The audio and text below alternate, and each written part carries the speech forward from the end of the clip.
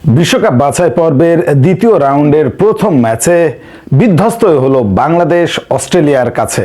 ৭-০ গোলে হেরেছে হাভিয়ের কাবেরার দল।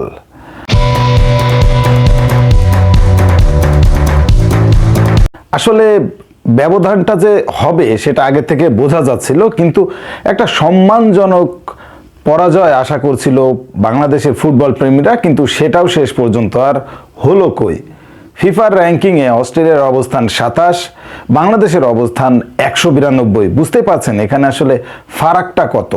প্রতিনিয়তই ফিফা বিশ্বকাপে কিন্তু অস্ট্রেলিয়া অংশগ্রহণ করছে। লাস্ট যে বিশ্বকাপটা হলো সেখানেও কিন্তু আর্জেন্টিনার বিপক্ষে ভালো লড়াই করেছিল অস্ট্রেলিয়া। সুতরাং অস্ট্রেলিয়ার পজিশন আর বাংলাদেশের পজিশন আকাশ পাতাল, এবং এই আকাশ পাতাল ফারাকের ভেতরে আরও ফারাক গড়ে দিয়েছে মেলবোর্নের ওয়েদারটা। প্রচণ্ড শীত, এবং এই শীতের ভেতরে বাংলাদেশের প্লেয়ারদের কুকড়িয়ে যাওয়ার যে অবস্থা সেটা বোঝা গেছে। তারা আসলে এই ধরনের আবহাওয়ার সাথে মানিয়ে নিতে পারেনি। ম্যাচের ফলাফল ৭-০ ঠিক আছে, কিন্তু অন্যান্য যে ফলাফলগুলো সেগুলো যদি আপনি জাস্টিফিকেশন করেন তাহলে বুঝতে পারবেন যে একচ্ছত্র আধিপত্য বিস্তার করেছিল অস্ট্রেলিয়া। গোলে শট বাংলাদেশের মাত্র একটা, যেখানে অস্ট্রেলিয়া করেছে ২৯টা।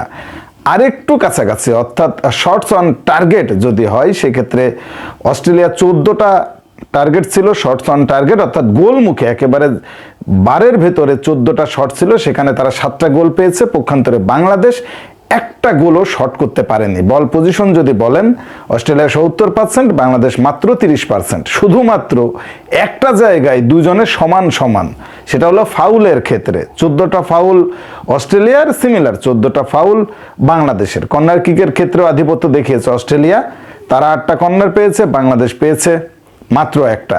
আসলে বাংলাদেশ যে প্রথমবারের মতো বিশ্বকাপ বাছাই পর্বে দ্বিতীয় রাউন্ডে খেলছে সেটাই আসলে আমাদের জন্য অনেক বড় ব্যাপার। তবুও একটা সম্মানজনক পরাজয় যদি হতো সেটা আসলে বাংলাদেশের দর্শকদের জন্য ভালো লাগতো, ভালো লাগার ব্যাপার ছিল।